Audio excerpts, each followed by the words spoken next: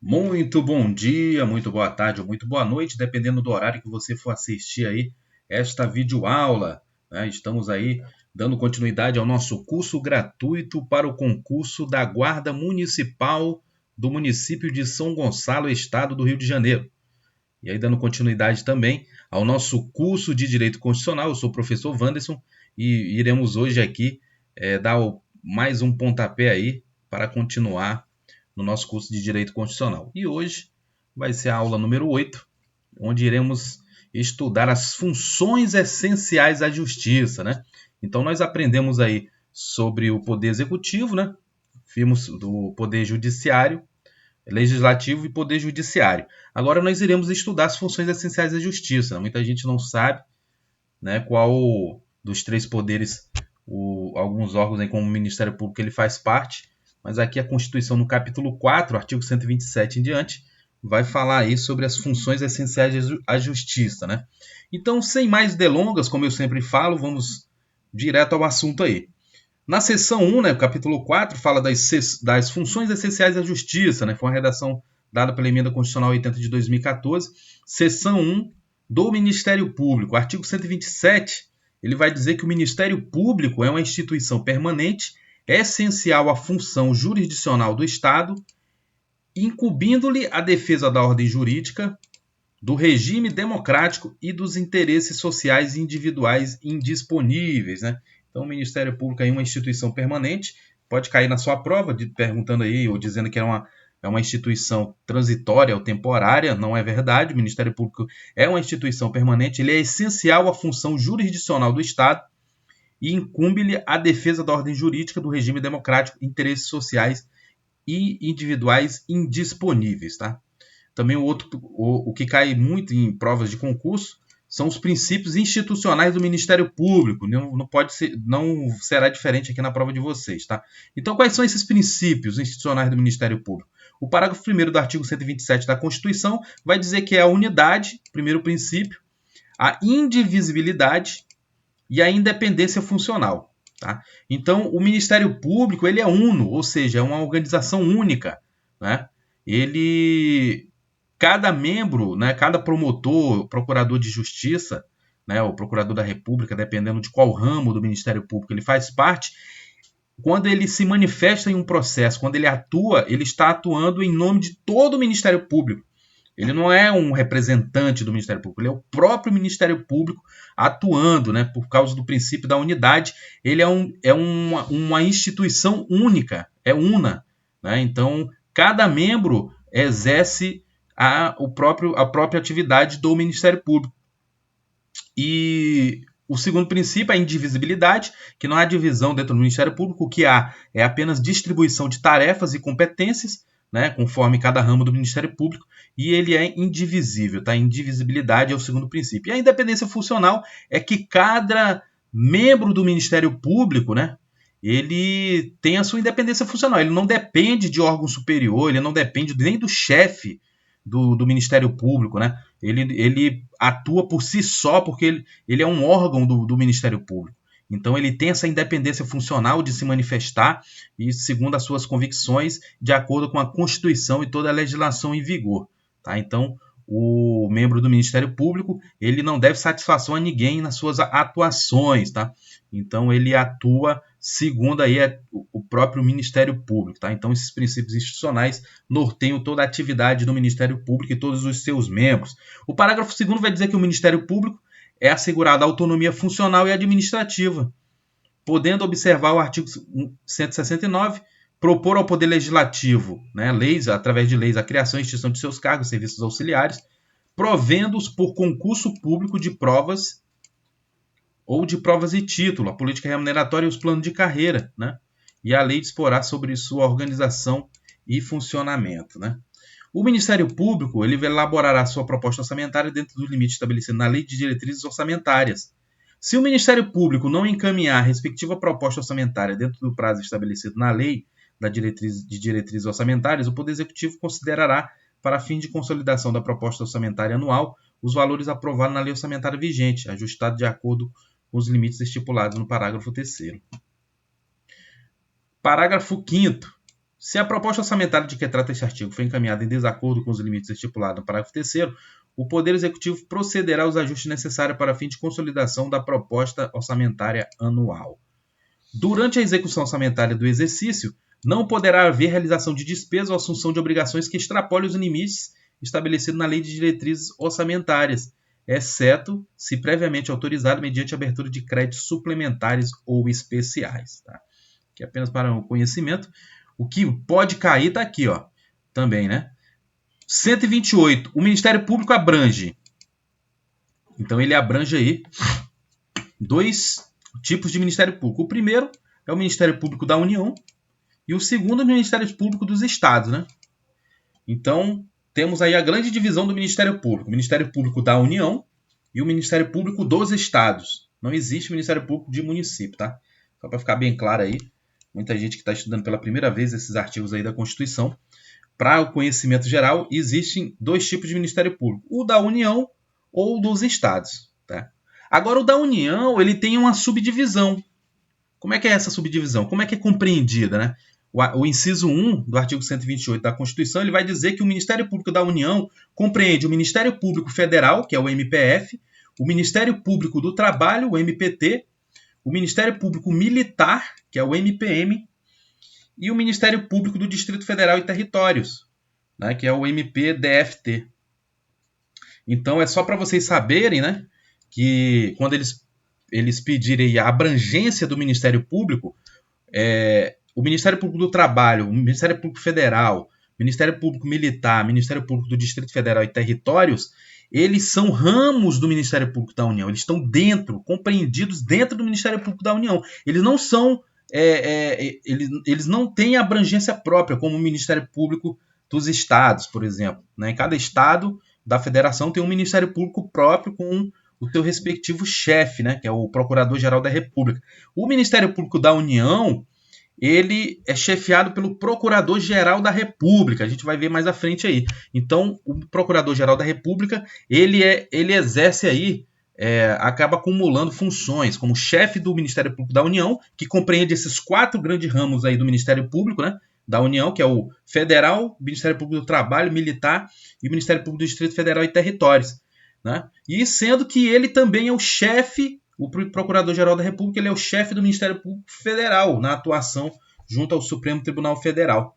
Tá? Então, é só para conhecimento aí, a gente vai detalhar mais à frente aí cada ramo desse aí. O que você precisa saber é que existe 2 grandes abrangências, que é o Ministério Público da União e o Ministério Público dos Estados. E dentro do Ministério Público da União, temos esses 4 ramos do Ministério Público que a gente, né, viu aqui. Né? Então, é isso que importa para vocês saberem e memorizem isso, que pode cair na sua prova. Tá? Uma questãozinha aí, quem não leu, babau. Mas quem leu vai acertar e você está aqui para acertar as questões, né, com base na teoria, que é baseada na lei seca, né, e na nossa Constituição, e muita gente não gosta de estudar, até sempre falo aí nos vídeos, muita gente não gosta de estudar a lei, que é muito chato, é muita coisa, mas é daí que o examinador, o membro da banca do concurso, vai poder extrair as questões, é da lei, é onde está lá, fácil acesso, e até mesmo para evitar um número de recursos, né, porque aí se o cara, ele é o da banca, ele pega questões com base na lei e na Constituição, meu amigo, é o que está escrito na lei e na Constituição. Você errou, não tem o que recorrer. Porque a resposta, o fundamento da questão vai ser o próprio artigo, ou inciso, ou a linha do artigo. Então, é por isso que eles extraem muitas questões aí. Concursos que passam de 80% da prova sendo, na parte de direito, extraída de letra da lei seca ou da letra da Constituição. Então, não tem para onde correr. Se quer passar em concurso, você tem que começar a gostar da lei, de ler a lei, né? E estudar a lei, porque é daí que vão extrair. Né? Enquanto com o maior número de artigos memorizados, vai ser a maior chance de você acertar questões. Não tem para onde você correr. Agora, eu não gosto, professor, eu não gosto de estudar a lei. É muito chato, eu vou ficar só na questãozinha.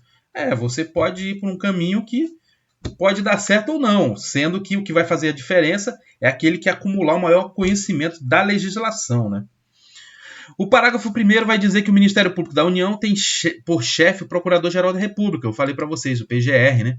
Então, ele chefia todos ao Ministério Público da União, que dentro do Ministério Público da União tem 4 ramos aí que a gente já aprendeu. E como é que ele é nomeado? Ele é nomeado pelo presidente da República dentre os integrantes da carreira. Então, para ser o Procurador-Geral da República, basta ele ser integrante da carreira, né, do Ministério Público da União. Tem que ser maior de 35 anos, né, e ele só pode ser nomeado por presidente após a aprovação de seu nome pela maioria absoluta dos membros do Senado, né? Mas aí ele vai ficar para sempre? Não. Ele fica 2 anos, o mandato do Procurador-Geral da República são 2 anos e permitida a recondução. Quer dizer, ele fica 2 anos e pode ser prorrogado mais 2 anos, ele pode ficar como chefe do Ministério Público da União durante 4 anos aí. Então ele será o Procurador-Geral da República, chefe do Ministério Público da União, por até 4 anos, se ele for reconduzido ao cargo. A destituição do Procurador-Geral da República, por iniciativa do Presidente da República, deverá ser precedida de autorização da maioria absoluta do Senado.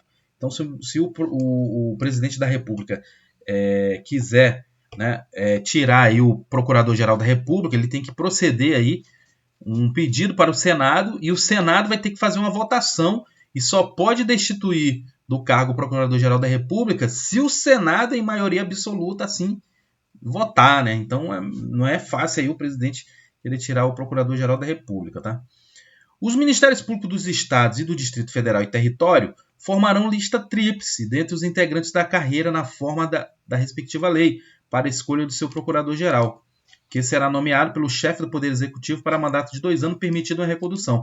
Então, o Ministério Público dos Estados e do Distrito Federal e Territórios, para escolher o chefe, né, desse Ministério Público, já é diferente, né? A instituição vai formar uma lista tríplice, ou seja, uma lista com 3 nomes aí de membros do Ministério Público, né? Ou de procuradores da República, né? Ou melhor, ou de promotores ou de justiça, ou procuradores de justiça, né? Tanto do Ministério Público do Estado, respectivo Estado, ou do Distrito Federal e Territórios. E aí, formando essa lista, ela vai ser enviada para o chefe do respectivo,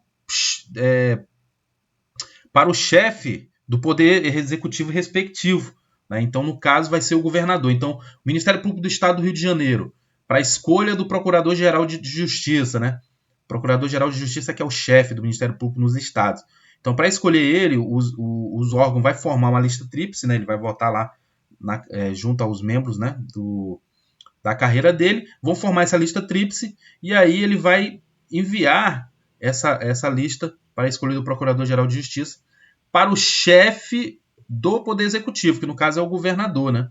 Então, o governador, tanto dos estados, ou no caso do Rio de Janeiro, seria o governador do Rio de Janeiro, ele iria ali nomear, naquela lista de 3 nomes, né, a lista tríplice, um nome aí para ser o Procurador-Geral de Justiça. E também no governo do Distrito Federal a mesma coisa, né? E assim é feita. Diferente do Ministério Público da União. O Ministério Público da União não tem lista nenhuma, né? Então, o presidente da República, se ele quiser nomear um procurador da República lá que atua na primeira instância, por exemplo, né, basta ele ter mais de 35 anos de idade, o único requisito aí, e ter o seu nome aprovado. Então ele vai indicar um procurador qualquer aí da carreira, né, que não há necessidade de ter lista, né, e ele nomeia o cara, quer dizer, indica, né, o nome dele vai para o Senado vai fazer aquela sabatina de praxe, vai aprovar o nome dele, e aí o presidente da República nomeia. Então, teve até uma crítica, né, para o atual Procurador-Geral da República, né, Augusto Aras, se não me engano o nome dele, né, o Procurador-Geral da República atual, ele foi escolhido dessa forma. O presidente Jair Bolsonaro, né, usou os critérios deles lá pessoais, né, intrínsecos aí à sua atuação de presidente da República, e nomeou ele como um membro aí. Ele é membro do Ministério Público da União, e nomeou ele para ser o Procurador-Geral da República, o PGR.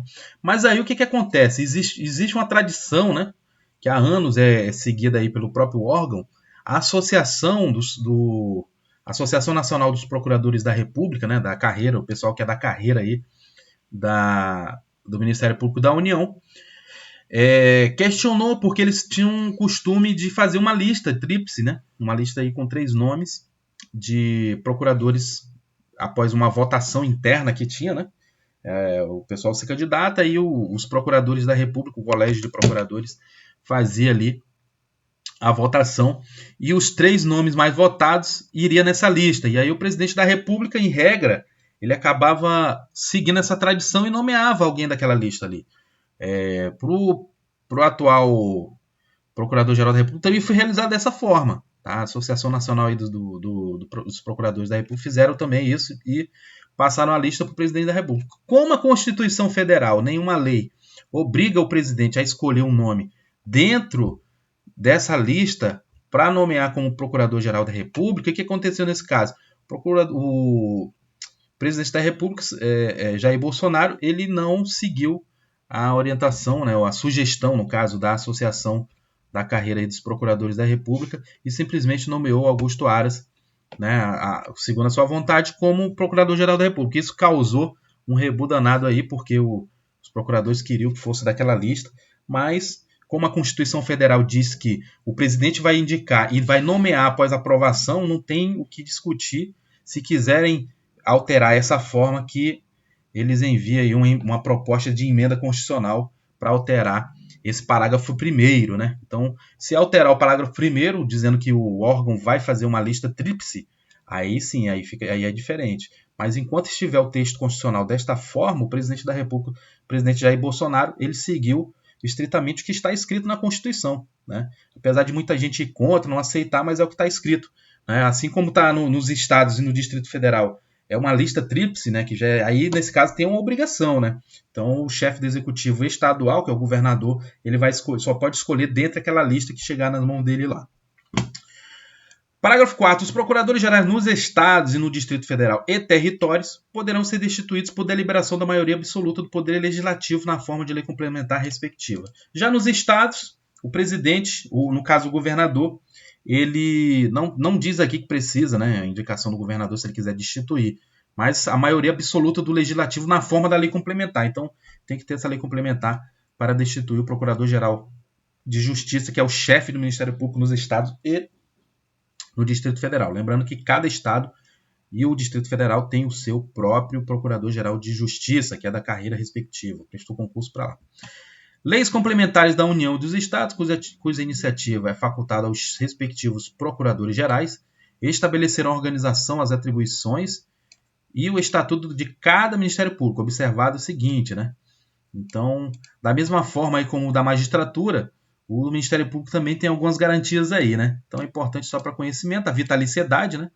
Também os únicos que possuem aí a vitaliciedade é o magistrado, o juiz ou o promotor, né? O membro do Ministério Público, que após 2 anos ele não pode perder o cargo senão por sentença judicial transitada em julgado. Então, antes de 2 anos, o tribunal ele pode, no caso o órgão especial e o colégio dos procuradores, eles podem exonerar aí o promotor que não cumpriu aí os requisitos para a vitaliciedade. Após declarada aí a sua vitaliciedade, o promotor se tornar vitalício, aí ele só perde o cargo por sentença judicial transitada em julgado. Então, ou seja, sentença judicial que não caiba mais nenhum tipo de recurso, né? Então é diferente aí, tá? Aí na movibilidade, né? Salvo por motivo de interesse público, né? Mediante decisão do órgão colegiado competente do Ministério Público, pelo voto da maioria absoluta é assegurada a ampla defesa, tá?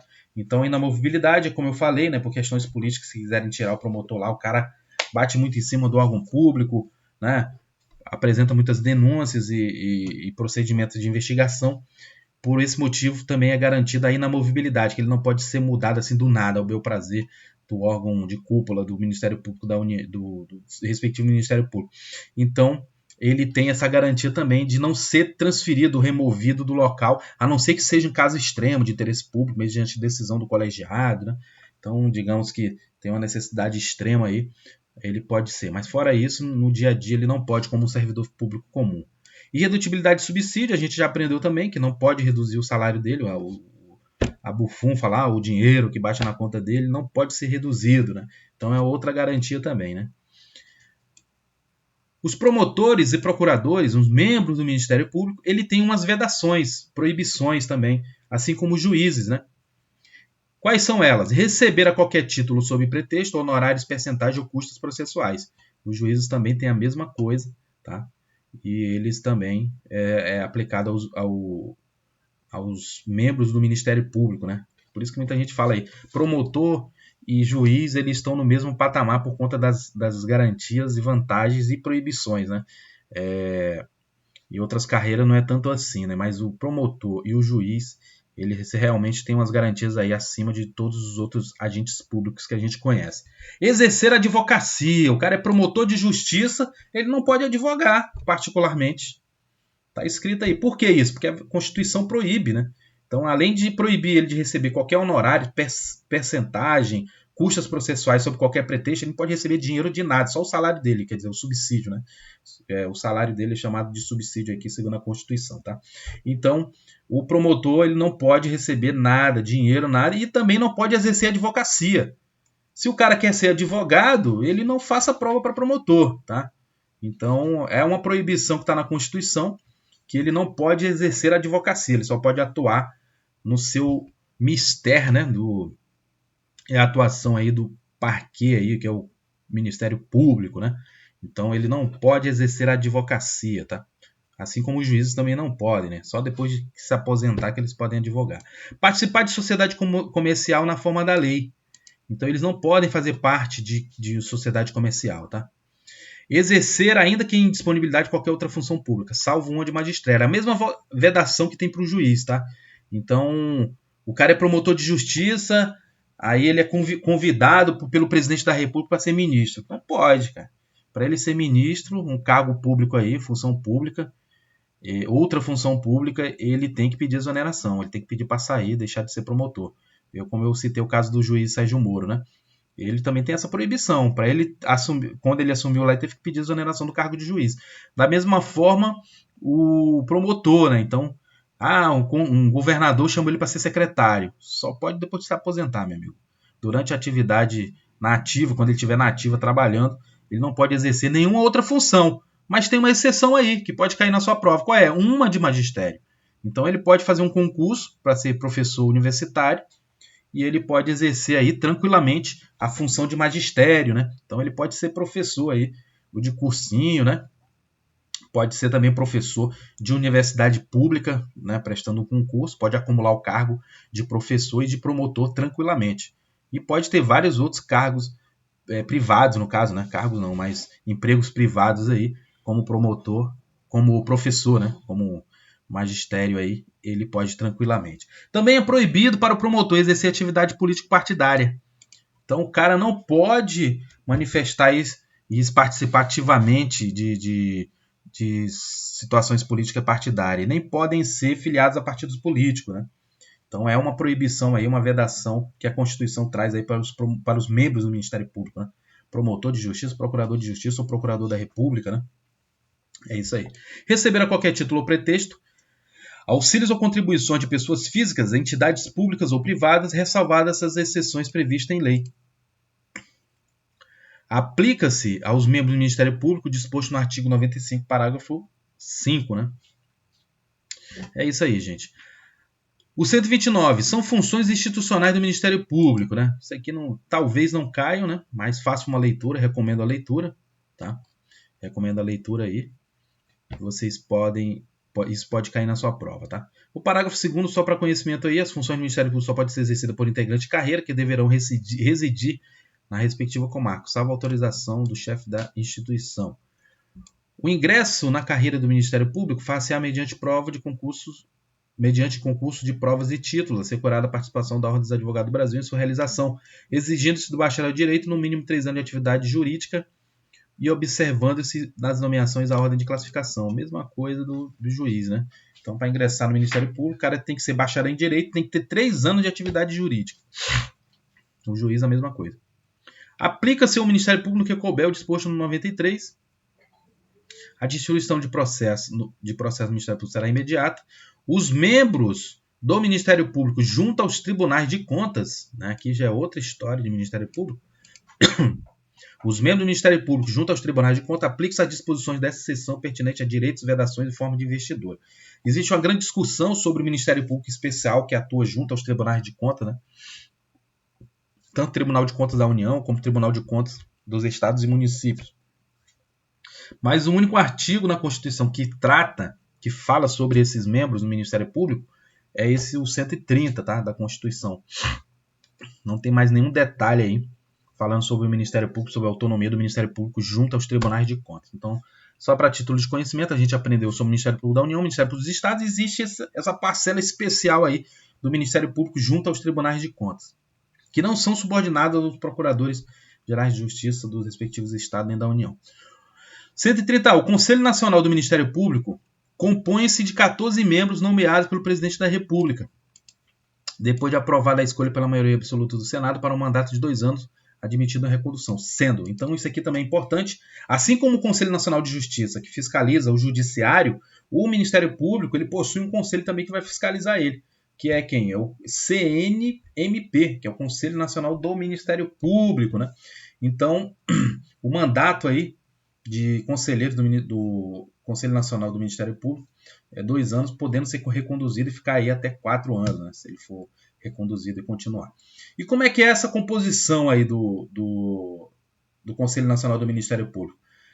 No inciso 1 vai dizer que o Procurador-Geral da República é um dos membros e é o presidente do Conselho Nacional do Ministério Público. Então o Procurador-Geral da República ele acumula a chefia do Ministério Público da União, do Ministério Público Federal, do Conselho Nacional do Ministério Público e também a chefia do Ministério Público Eleitoral, né? Olha que interessante, hein?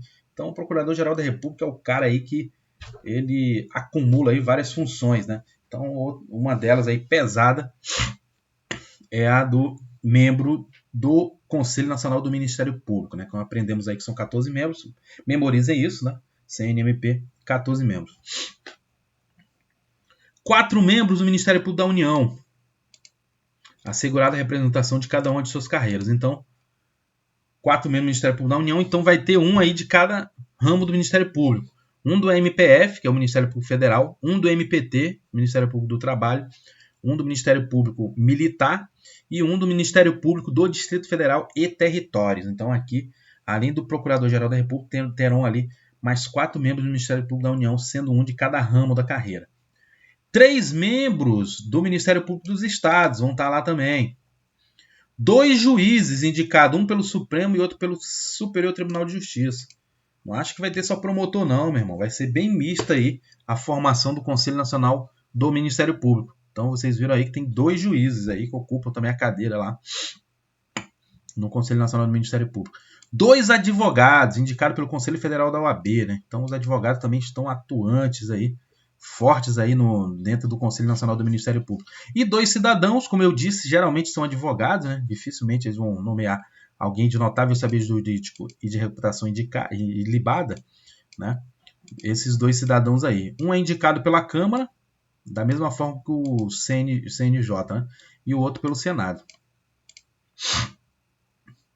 Os membros do Conselho oriundos do Ministério Público serão indicados pelos respectivos Ministérios Públicos, na forma da lei. Então a lei vai dizer como é que vai ser. Compete ao Conselho Nacional do Ministério Público o controle da atuação administrativa e financeira do Ministério Público e do cumprimento dos deveres funcionais de seu membro, cabendo-lhe zelar pela autonomia funcional administrativa do Ministério Público, podendo expedir atos regulamentares no âmbito de sua competência ou recomendar providências, zelar pela observância do artigo 37, apreciar de ofício ou mediante provocação a legalidade dos atos administrativos praticados por membros ou órgãos do Ministério Público da União e dos Estados, né? Podendo desconstituí-los, revê-los ou fixar prazo para que adotem as providências necessárias ao exato cumprimento da lei, sem prejuízo da competência dos tribunais de contas. Receber e conhecer as reclamações contra membros ou órgãos do Ministério Público da União ou dos Estados, inclusive contra seus serviços auxiliares, sem prejuízo da competência disciplinar e correcional da instituição, podendo avocar processos disciplinares em curso, determinar a remoção, a disponibilidade e aplicar outras sanções administrativas assegurada a ampla defesa. Rever de ofício ou mediante provocação os processos disciplinares de membros do Ministério Público da União ou dos Estados julgados há menos de 1 ano. Elaborar relatório anual propondo as providências que julgar necessário sobre a situação do Ministério Público do país e as atividades do Conselho, o qual deve integrar a mensagem no artigo 84. O Conselho escolherá em votação secreta um corregedor nacional dentre os membros do Ministério Público que o integra, vedada a recondução, competindo-lhe, além das atribuições que lhe foram conferidas pela lei, é a seguinte: receber reclamações. Então, diferente aqui, que o corregedor nacional do Ministério Público vai ser eleito, né? Uma votação lá e só membros do Ministério Público. que vai receber reclamações e denúncias, exercer funções executivas no Conselho, inspeção e correção, requisitar e designar membros do Ministério Público, delegando as atribuições e requisitar servidores de órgãos do Ministério Público. O presidente do Conselho Federal da OAB oficiará junto ao Conselho. Então, o presidente da OAB vai estar lá atuando também junto ao Conselho. Leis da União e dos Estados criarão ouvidoria do Ministério Público competente para receber reclamações e denúncias de qualquer interesse contra membros ou órgãos do Ministério Público, inclusive contra seus serviços auxiliares representando diretamente o Conselho Nacional do Ministério Público. E assim a gente encerra o estudo aí sobre o Ministério Público, que é uma das funções essenciais da Justiça. Outra função essencial é a Justiça, né? Também é de pouco conhecimento, muita gente não sabe, é a Advocacia Pública. O que é a Advocacia Pública? A Advocacia Pública é o órgão que defende o Estado, né? Defende o Estado, o município, a União em ações judiciais e também atuam na questão de defesa e representação extrajudicial. Então, os órgãos aí, a Advocacia Geral da União, temos as Procuradorias Gerais dos Estados, a Procuradoria Geral do Distrito Federal, a Procuradoria Geral de cada município aí, e das autarquias e fundações também são a defesa judicial e extrajudicial é realizada pela Advocacia Pública, né? Então, são vários órgãos aí que atuam dentro da Advocacia Pública. São os advogados do Estado, advogados da União, advogados do município, né? O que são também denominados procuradores, tá? Então, existe o Procurador da República, que é membro do Ministério Público da União, e existe também procuradores, né, federais, né? Existe o Procurador Federal, que defende os entes da administração indireta da União, e existe também os procuradores dos estados, que são advogados do Estado, e os procuradores de município, que são os advogados municipais, né? Então, eles recebem o nome de procuradores porque procurador é o que representa, né? Quando qualquer ação judicial que você for ingressar na justiça, né? Exceto o juizado especial, que até 20 salários mínimos, né? Juizado especial comum, não há necessidade de você estar lá como advogado, assim como também nas reclamações trabalhistas, mas na grande maioria, né, digamos assim, na grande maioria, né, quase todos os processos judiciais, para você ingressar na justiça, você precisa ser representado por um advogado. E para isso, você passa um instrumento particular de procuração, então um mandato de procuração para que ele te represente em juízo. Tá? Então, essa procuração faz com que o seu advogado seja o seu procurador em juízo. Então, por isso que essa denominação procurador, muita gente acha, procurador, o cara é a autoridade máxima, vai te prender. Mas não é bem assim. Ele é procurador porque ele está representando, né? Ele recebeu uma procuração, né, para representar em juízo. Então, todo advogado é um procurador, né? Então, a diferença é que o advogado público defende o órgão público, né? Defende o ente público, né? Melhor assim dizer. E o advogado privado, particular, defende as pessoas físicas ou pessoas jurídicas, empresas, né? E organizações não governamentais, etc. e tal. A diferença é basicamente essa. Então, quando alguém falar para você, eu sou procurador, né? Então você já, opa, esse cara pode ser um advogado. Agora, o procurador da República é a denominação que o Ministério Público Federal concede aos membros, né, que representam o órgão aí do Ministério Público Federal. E o Procurador de Justiça, quem é o Procurador de Justiça? O Procurador de Justiça é o promotor, né, promotor de justiça que foi promovido na carreira. Então, o Procurador de Justiça, ele é um membro do Ministério Público Estadual que foi promovido na carreira. E aí a atuação dele deixa de ser na primeira instância. Ele não vai mais atuar junto às varas criminais ou varas civis ou de família que ele atuava antes. Então ele é promovido na carreira, ele é denominado Procurador de Justiça, é como se ele fosse equiparado a um desembargador, né? Só que dentro do Ministério Público não existe desembargador, né? O cara que foi promovido, ele é denominado, é chamado aí de Procurador de Justiça. Espero ter tirado essas dúvidas aí, tá? No artigo 131, a Advocacia Geral da União é a instituição que diretamente ou através do órgão vinculado, né, representa a União judicial ou extrajudicialmente, cabendo-lhe nos termos da lei complementar que dispuser sobre sua organização e funcionamento as atividades de consultoria e assessoramento jurídico do Poder Judiciário. A Advocacia Geral da União, conhecida aí como AGU, né, por meio dos seus advogados, né, advogados da União, eles vão representar a União Federal aí, judicial e extrajudicialmente, e também, além de defender judicial e extrajudicialmente, ele presta uma consultoria e assessoramento jurídico. Às vezes o o chefe do órgão, de um órgão público, um ministro, um secretário, um presidente de algum órgão ali, necessita aí, né, de uma orientação jurídica para que ele tenha um embasamento e tome uma decisão correta, né, para a aplicação de uma política pública correta. E aí ele submete aquele processo, aquela decisão, a uma consultoria jurídica. E quem vai emitir essa opinião vai ser o advogado da União, né? E aí ele estará prestando ali assessoramento jurídico e essa consultoria jurídica. A Advocacia Geral da União tem por chefe o advogado da União. A Advocacia Geral da União tem por chefe o advogado geral da União. Então, esse aqui pode cair na prova. Então, o advogado geral da União, ele é um cara aí que chefia a Advocacia Geral da União. E ele é de livre nomeação pelo presidente da República dentre cidadãos maiores de 35 anos, de notável saber jurídico e reputação ilibada. Aqui mais um, ó, que não precisa ser da carreira, tá? Então, o presidente da República tem um advogado de confiança, ele vai nomear o cara aí para ser o advogado-geral da União. Basta ele ter mais de 35 anos e notável saber jurídico e reputação ilibada. Aí o cara vai chefiar a carreira da Advocacia Geral da União, tá? Não impede também que o presidente venha nomear um membro da carreira, tá? Então, aqui o requisito é que ele tenha que ser um cidadão aí com notável saber jurídico e reputação ilibada com mais de 35 anos. O ingresso nas classes iniciais das carreiras da instituição de que trata esse artigo far-se-á mediante concurso público de provas e provas de título. Então, para ser advogado da União, tem que fazer concurso, tá?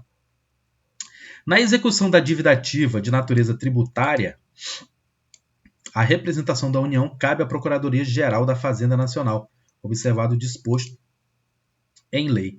Então, na dívida ativa da União, né, a cobrança, né, na execução, que vai ser a cobrança lá, a execução, né, a grosso modo falando que é cobrança, o termo técnico correto dessa cobrança, na verdade, é a execução da dívida ativa de natureza tributária.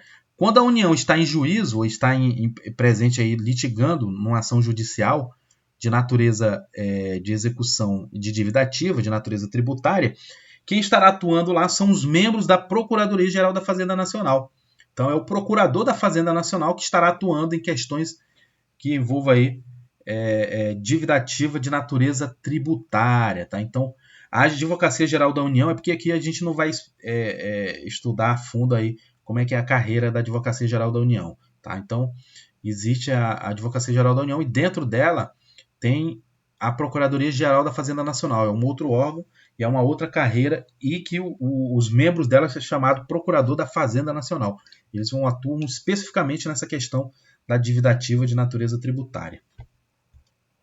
O 132 ele vai falar dos procuradores dos estados do Distrito Federal, né, que são organizados em carreira, no qual o ingresso dependerá de concurso público de provas e títulos, com a participação da Ordem dos Advogados do Brasil em todas as suas fases, e exercerão a representação judicial e a consultoria jurídica nas respectivas unidades federadas. Então, nos estados e no Distrito Federal, temos aí os procuradores, né, que são os advogados do estado e do Distrito Federal, que também são organizados em carreira, e para ingressar nessa carreira, não é indicação de ninguém, não. Tem que fazer concurso, meu amigo. Quer ser procurador de estado e Distrito Federal, você tem que ser formado em Direito e tem que fazer concurso aí, tá?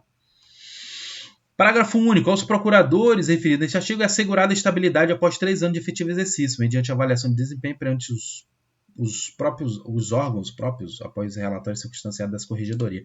Diferentemente dos juízes e dos promotores, os procuradores dos estados e do Distrito Federal, e aqui não está escrito procurador dos municípios, né, mas o Supremo Tribunal Federal também aplica isso aos procuradores dos municípios, né?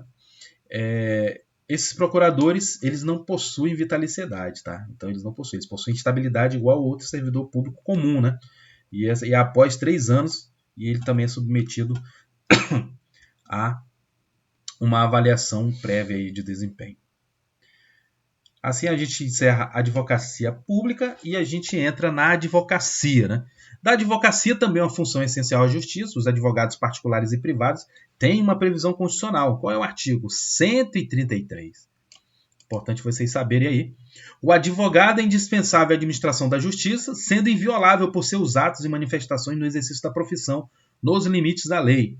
Então, o advogado ele é indispensável à administração da justiça. Sem advogado não há justiça, é um lema da OAB, né? Então tá aqui porque que o advogado é o cara aí dentro do meio jurídico. O advogado ele é a profissão que é prevista aí na Constituição, no artigo 133, tá?